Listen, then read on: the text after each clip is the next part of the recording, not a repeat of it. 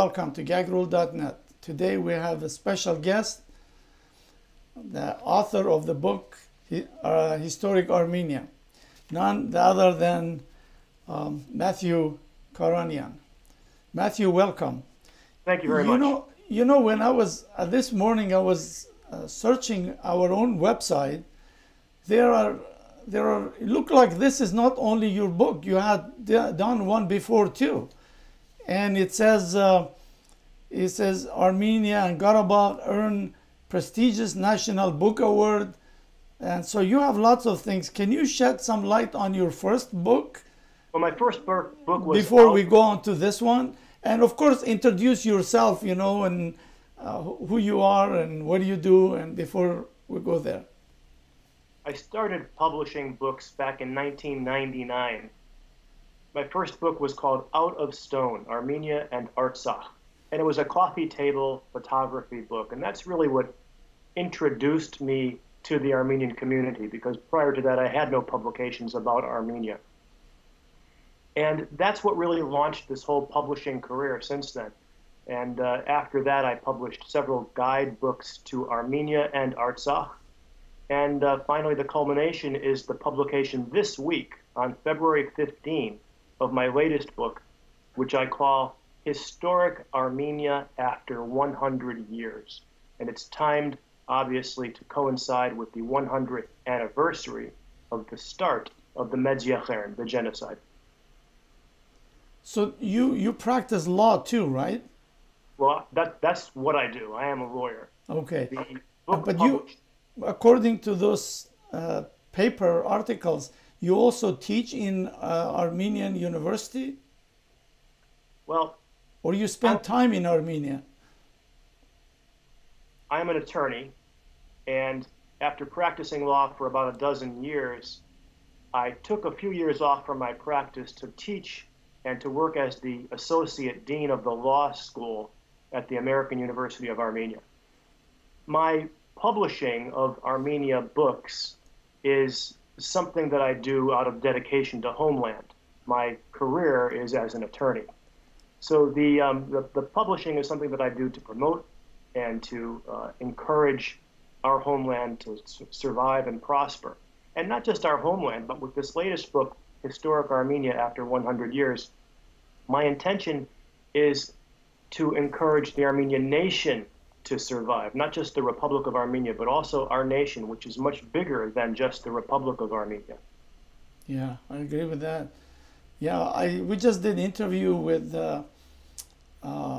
Professor Siranush Kolustian. She has another book about the Armenian cinema. She too incorporated lots of other Armenian history in it. So but haven't published yet, still in process. I don't know if you know her or not. You know, well, this book, Historic Armenia After 100 Years, has been a very, very long project. It's been a long work in progress. And the first part of the project was, for me, a personal issue. The personal issue of deciding whether or not I could, first of all, go to Western Armenia, and then secondly, actually promote and encourage others to go there by writing about it. And that was a personal dilemma for me, because for so much of my life and for so many of us for the past 100 years, we have stayed away from Western Armenia. We were expelled, obviously, during the genocide, and it was too difficult, impossible to return, and over the past 20 years, very painful to return. But I've been back. I've been back a number of times doing research for this book, and what I have discovered is that after 100 years, by staying away, our sites have been slowly destroyed, they've been crumbling, they've been falling into ruins, and this is our 3,000-year-old homeland, and we deserve, we're entitled to keep it and maintain it, and I believe very strongly that we must preserve it, and the only way to do that is by returning and taking care of and tending to these monuments. How was your travel, the transportation, and were you alone or you had accompanied other people, and how did you manage all this? Well, the first time that I went to Western Armenia was a very traumatic time for me. I had never wanted to go. I was always opposed to going. I felt that traveling to Western Armenia would provide economic support to the current custodians of our homeland. And so I was always opposed to going there. But back in 1997, two of my friends, two Armenian American friends, decided to get married in Giligia, in Cilicia. Wow. And they invited me. And I was not just a guest, but I was also the godfather, the Gunkuhai. Wow. So I had no choice. I had to go. And it was quite traumatic for me. But I did go. And it was an eye-opener for me because I realized that I had been living in Armenia at the time, and I realized that there was so much more to Armenia than the current Republic of Armenia, which is only about 10% of our historic homeland. And that broke the ice. That trip in 1997 broke the ice. And I was at the wedding, and after the wedding was over and everyone went their ways, I thought, well, now what do I do? So many people in the wedding party were going to the beaches of the Mediterranean. And I thought, well, I'm not in Western Armenia to go to the beach. So I got on a plane and I flew to Van. And no one would go with me. This was 1997, and Van was not a safe place in 1997. You may recall the PKK was active. And on the morning of my flight, I picked up a copy of, I think it was Hürriyet, one of the Turkish daily newspapers. And there was a photograph of a Turkish helicopter being shot down over the skies of Van. And I thought, wow, is this really where I'm going? But I went. That's not good. I went to Akhtamar. And I had been told that Van was not safe, don't walk around by yourself, but I was by myself. So I said, well, I'll go to Akhtamar. And I traveled there, and I was the only American on the boat. I was actually the only non-Kurdish person on the boat going to Akhtamar that morning. I went into the cathedral, and I sat, and I pondered, and I contemplated. And after some time, I don't know after how long, maybe after an hour, a group of people walked in. It was the late Mesrop Asjan, Archbishop of the Armenian Church, with his entourage. They had come in, Wow.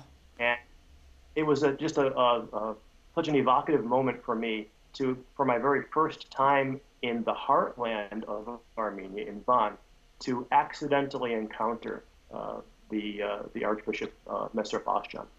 We sang the Haid Med. He led us in some prayer. And I think that was the turning point for me when I decided that this was still our homeland and very much deserving of our recognition. Wow, that was quite a bit that time, that's is now any better than then? Well, now it's relatively safe to travel to Van. There is no separatist movement that's active at the moment right now. There's no violence. Tourism is being encouraged in Van, in Ani, in Kars. And so now is the time when I think Armenians, Armenian Americans can openly travel in this part of the world. How is obtaining visa and stuff like that? Do you had any problem or? Well, in my passport, I have an American passport. I'm a U.S. citizen. I was born here. In my passport, I have perhaps 10 or 12 pages that are filled with Artsakh visas. And that was one of the concerns I had traveling to Turkey. When I arrive and I show my passport at immigration, what will they say when they see 12 pages of Artsakh visas? And they said nothing. There was no issue. Getting a visa to visit Turkey was a relatively simple matter of just paying some money and getting the stamp. But did you do that at the airport or you did it from here, from U.S.? Well, things have changed. Originally, when I first traveled in 1997, it was necessary to do it at the airport. You could buy your passport, you could buy your visa at the airport. Things have changed now. This past year, Turkey wants you to get your visa electronically before you travel there. Oh, okay. But in either case, it's a relatively simple, routine matter. So how about transportation, like going, because you're gone from one place to another, and is that you did by buses, by plane, or? Well, if you're traveling from the United States or Canada, then the best way to travel to Western Armenia is to first go to Istanbul or Ankara. Those are the two cities that the international flights arrive at. Once you're in Istanbul, it's a simple matter to get on a domestic flight from Istanbul to either Van or Kars or Diyarbakir or whatever city it is you're going to. So your first entry into the heart of the Armenian homeland in Western Armenia will be by a domestic airlines, a Turkish Airlines flight. Once you're in the city that you want to start in, Van or Kars, it's a simple matter, again, to travel by bus. The bus system is fantastic in Turkey. The buses are clean, the buses run regularly, and they're very inexpensive. So that's how you get between the cities. Okay. Within the city itself, your best bet is to take what we in Armenia would call the marshutka, but in Turkey it's called the dolmuş, which is the minivan. So transportation is not a problem. So transportation, hotels, all those things, it's available. You'll find in Western Armenia, in the eastern provinces of what is now Turkey, that there are tourist class hotels which are clean and safe in all of the major cities. So if you're flying into a city, then the city that you have flown into, whether it's Diyarbakir or Harput, Elazig, will have a tourist class hotel that is clean and safe. Now, how is the people, like you find out, like the Kurd or Turk, when you ask for direction or interact with them? How was it? Were they friendly or? I did not have any trouble at all traveling in Western Armenia. The population there is almost entirely Kurdish in most parts of Western Armenia, and you know, there's a kind of a tentative rapprochement right now between the Kurdish people and the Armenian people. I think the Kurds are very welcoming and receptive to the Armenians, by and large. I think there are some pockets, some areas where there are some populations that are not so receiving and so welcoming to the Armenians. I did not encounter any problems, however, of any kind in all my travels.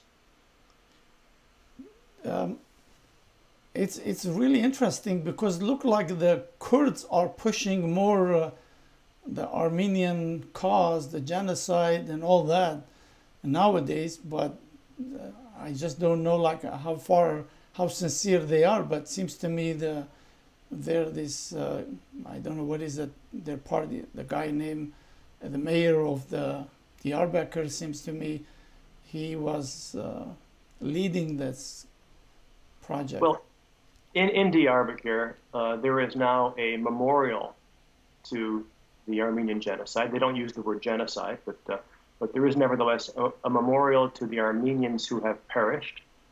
There has been a refurbishing and a restoration of the Surp Giragos Armenian Church in Diyarbakir, and that was supported by the municipality, a Kurdish municipality. The mayor of Diyarbakir has openly said that he sympathizes with the Armenians and he wishes that they would return.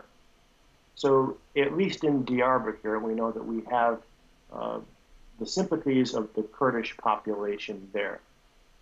I can't extrapolate and say that that's the case everywhere, but I do know that there is, after 100 years, there is some feeling that perhaps the Armenians were wronged, and the Kurdish population knows what happened. Is those Diyarbakir, Van, Kars, Bitlis, are they close to each other by taking bus or something, or which is the furthest distance? Well, when you're traveling in Western Armenia, you really need to refer to the map and decide which part of our homeland you want to visit, because it's a vast, vast area. And to travel, for example, from Elazig, which is Harput, the current name for Harput, all the way to Kars is quite a long journey. Now, you can do it by bus, but you're going to be taking overnight buses, and they're going to be a couple of days in transit. And so what I recommend is that you pick what region you want to concentrate on. So if it's Kars, Ani, and Van, you start there, and that's a very manageable trip. Or if you want to stay with Diyarbakir and Harput the Elazig area, that's another separate trip that you can take. You cannot fly between the cities. You have to always use Ankara or Istanbul as a hub. And so these are things that require planning. And of course, if you have my book, Historic Armenia After 100 Years, you can get an idea of what it is you want to see. With the maps, you can have an idea of how you can plan your trip. Wow, that's great. So, but when you did your Historic Armenia, did you again did by yourself or you had help? Well, the research, the writing, the production, it was all independent. This is all my own work. I had a designer, obviously, who designed the book. I'm not a graphic artist. But the research, the writing, all of the legwork is entirely by me, as well as the photography. So this was a multi-year project, as you might imagine, when you've got one person doing the research, the writing, the photography. It's a multi-year project. Wow, that's just lots of work. Especially doing it in a land where we always consider them our enemy, and that's traveling, writing. So they never tried to either confiscate your camera or something, or you never came across that stuff? Well, I wasn't wearing a badge that said I was a photographer or a reporter or a writer. I see. Low profile. I was there as a tourist, and keep in mind what I'm writing about is Armenian history, and I don't think there's anything that is that should be particularly offensive to anyone about Armenian history. This is I'm going to churches, I'm going to monuments, to sites in the eastern provinces of what is now Turkey and writing about them. So I didn't encounter any difficulties or any problems, and I wouldn't expect to. I do agree with you, though, your assessment that this was perceived by so many to be the enemy territory that we shouldn't go to, and this is a difficulty that I think we need to come to grasp with, and the point is that this is our homeland. It may not be our homeland today. It may not be our Republic of Armenia today, but historically it is our homeland, and there is no reason why we shouldn't visit and see where our grandparents came from. Yeah, I think you put it properly. That's what the whole debate we all have. Should I go there and pump my money into that economy, or should I go to Armenia, or do both? And so this is why lots of people do think about these things, but let me say this: if you can only make one trip, obviously you're going to go to the Republic of Armenia. This is our nation state. We have to support the Republic of Armenia and the Artsakh Republic without question. We have to do that. And I'm not saying that they don't deserve our 100% support, but we should also remember where we came from, and the historic lands that are just west of the Republic of Armenia deserve to have our support. At least our monuments there deserve to have our attention so that they do not get destroyed. I agree with you. Yeah, I've been in both Yerevan and Karabakh twice. Yeah, it's.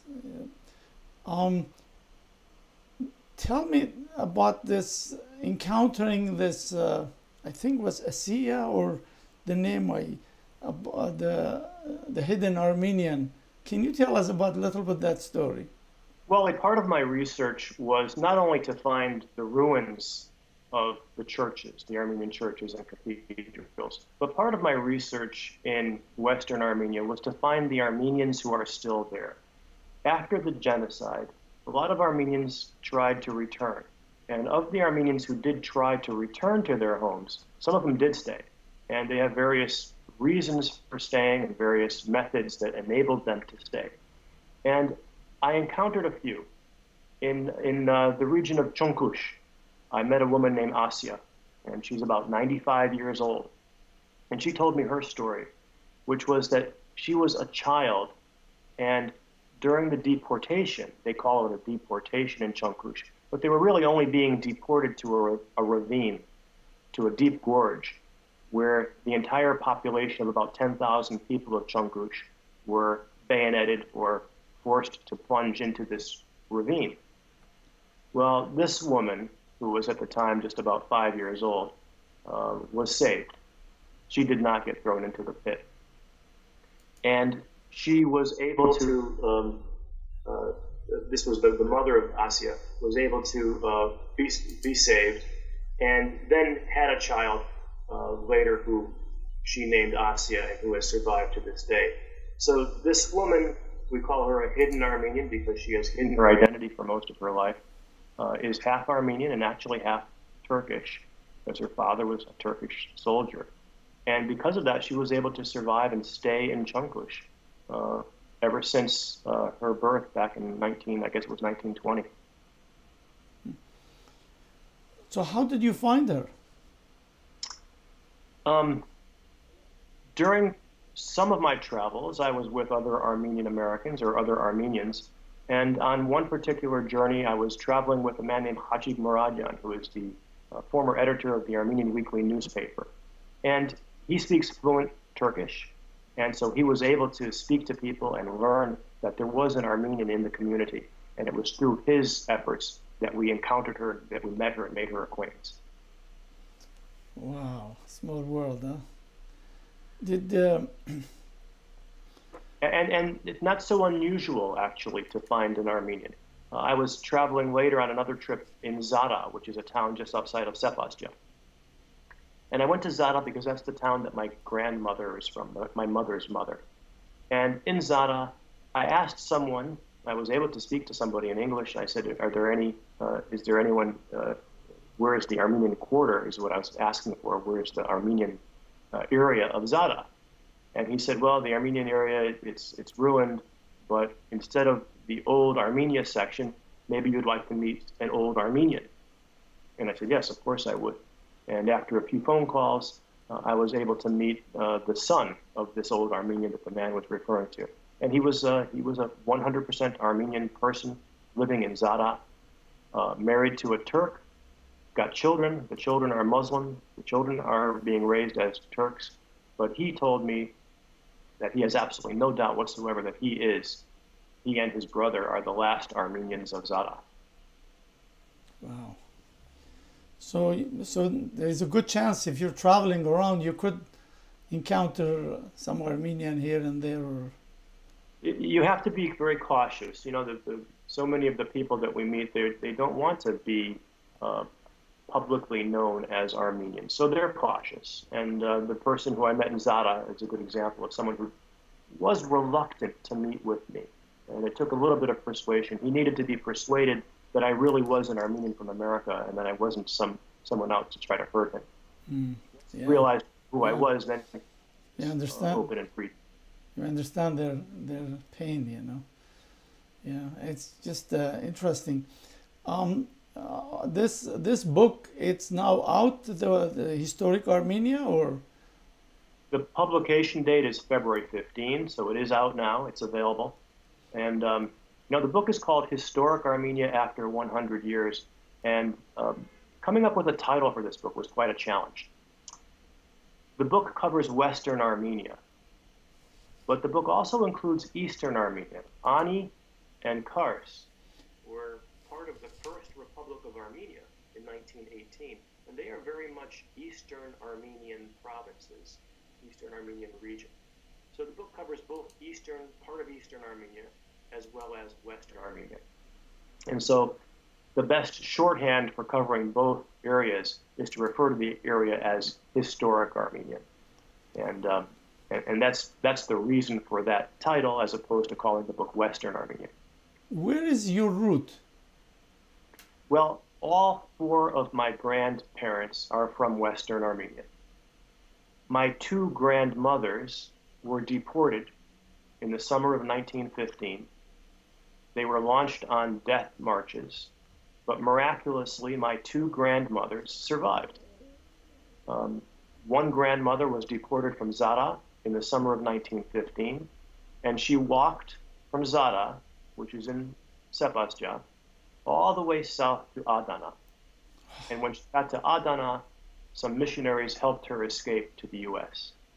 Another grandmother was from Marzavan, and she was also on a death march. She was a child. She was about 14 years old, and she survived. My two grandfathers had come to America before the genocide, and it was after they were in America that they met the women who would become my grandmothers. Mine is from Bitlis, but there is a town they used to, when we were young, they say it was the name was Khaskhir, but I keep looking on the maps. I assume they changed the name and I can't find it, so maybe I need to go there and do some research. The names are very challenging. Most of the names have been changed. So when you're traveling in that part of the world, you need to have two sets of maps. You need to have your Armenian map.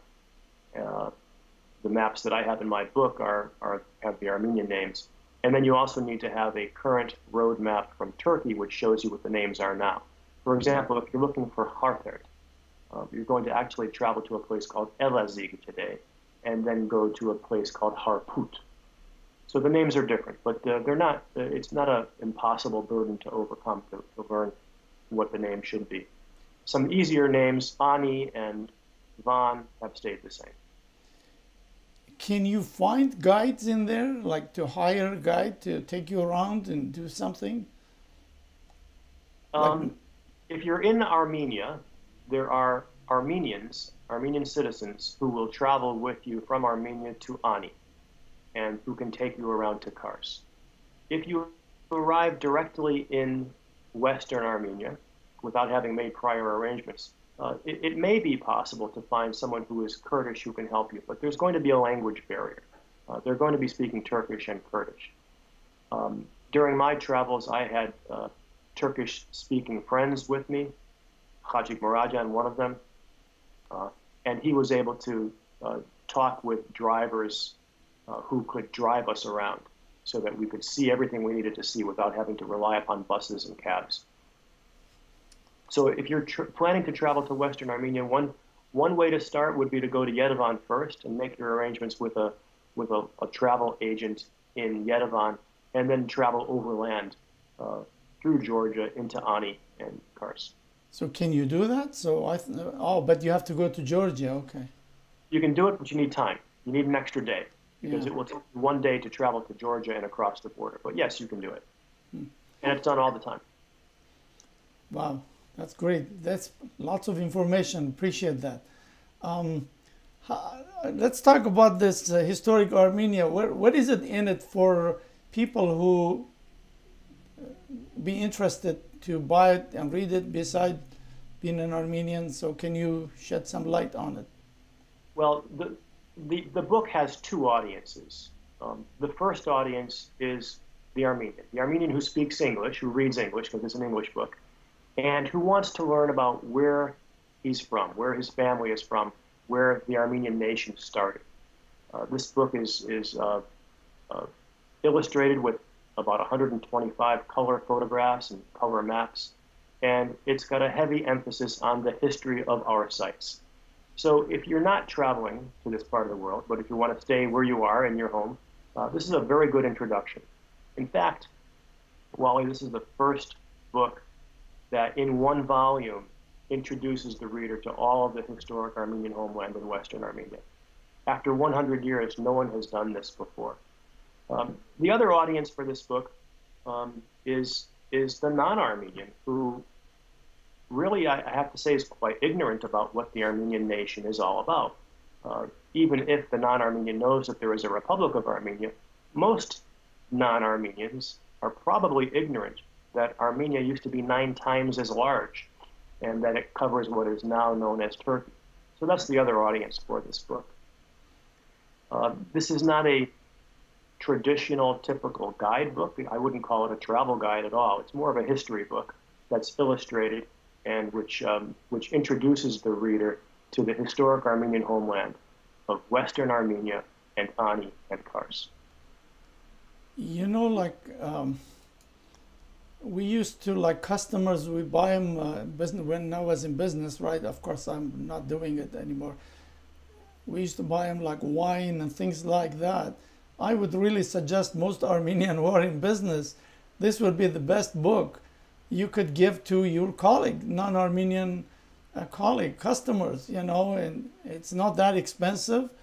I think that's what I would do, you know, like if I was to give that, it's a good education, it's a good marketing, and I would do that myself. I'm just waiting, even the one from Professor Siranush at the Armenian Cinema. I was thinking just buy some and just give it to the people, like, because lots of people are like, I don't know, I'm probably older than you, and I remember I used to go England, people had no clue what Armenia is, you know, always they would say Romania, you know, and so, but now changed because of the what happened in 1975 and all that stuff, and we're going to talk about it in different subject, but now people are starting to know, and so I think this is the best way is people spend their money and give them to their friend, non-Armenian friends. Well, we have a lot of Armenian scholarship that's available. You can read volume after volume on Armenian history. But Historic Armenia After 100 Years, my book is the very first book, and the only book that I'm aware of, that in one volume, illustrated with photographs and maps, introduces the reader to the historic Armenia homeland. And so I hope that this book will be given as a gift to members of Congress and senators and exactly, and to non-Armenians, because it is a very, very easy way in one volume for the person to become acquainted with a part of the world that they might not have known about before. I totally agree with you. That's what I did with Siranush too. I think this is what we have to do. This is the best. And your book is a little bit even different if somebody's sitting in their cozy room writing a book, but yours is foot on the ground book.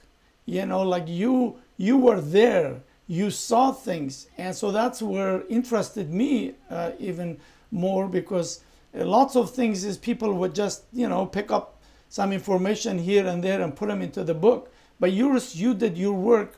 This is a walking book, I call it, you know, because you were there, you know. So it's very interesting.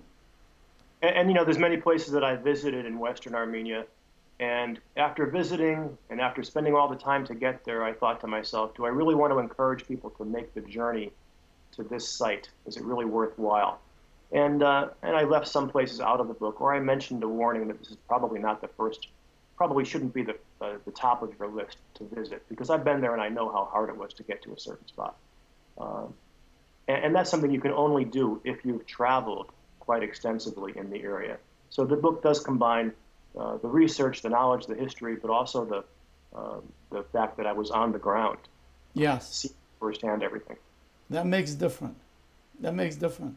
Well, really, we appreciate your effort. I mean, this is, as you said, it's not just selling the book. It's just like your contribution to your to the 100-year and coming years. And this is a struggle, all Armenians doing it. But what I hope to accomplish with this book is to change one mindset.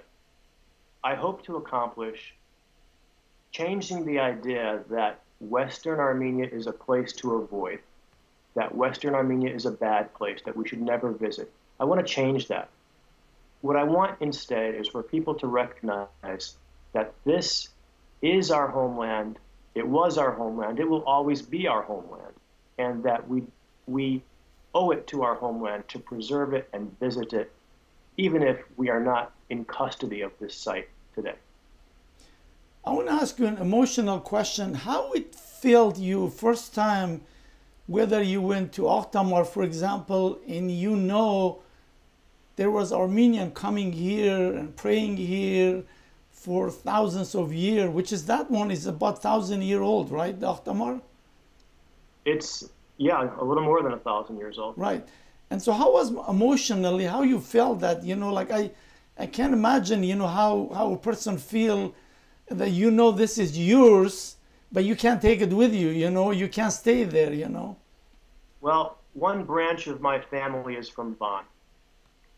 And I have an uncle who was a Vartabed, at Baragavank, and another great uncle who was a teacher, a professor at Akhtamar.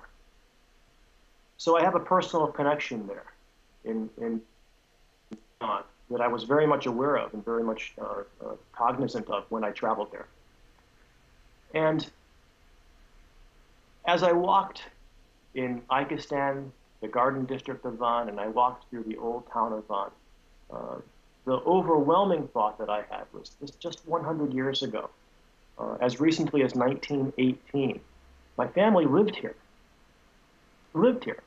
A large branch of my family lived here and worked here and was prominent in the community as a Vartabed, as a professor, as members of the defensive band, as members of the militia. And I couldn't help but just wonder how things could have been so much different, how 100 years, in 100 years, so much had changed. The course of our history had changed so dramatically. And I wondered why we couldn't return and continue to have what we had since the year 915, when Akhtamar was completed. So it was very emotional for me. And of course, to encounter Mesraf Asjan on my very first visit to Akhtamar made it doubly so. You don't speak Turkish, I assume? No. No, okay. All right. Well, that was great. We could go on this forever, because you have so much things to say. And I really thank you for coming and doing this. My pleasure. So I don't want to take too much of your time. So if you want to add whatever you want to add to this, to close this video, and I appreciate, I have that copy of that. And if I just may mention, we have a website. The website is historicarmeniabook.com. I think we're scrolling that on the screen, and also we're scrolling your event that you're gonna go signing the book and all that stuff. And if I see that something we need to add to the show notes, and I'll email you so you could send me with all that website. And again, I thank you very much and appreciate, and good luck. Maybe someday we could meet face to face someplace. I like that. You take care. Bye-bye. See ya. This is it. And this brings us to the end. And thank you very much for watching. And we hope sincerely that you would talk to your colleagues, your friends, to purchase this book. And this is our way, gagrule.net, supporting, helping Armenian intellectuals. If you know anyone wants to come on the Gag Rule broadcast, please encourage them, and we'll be happy to accommodate. Thank you for watching again. Have a nice day.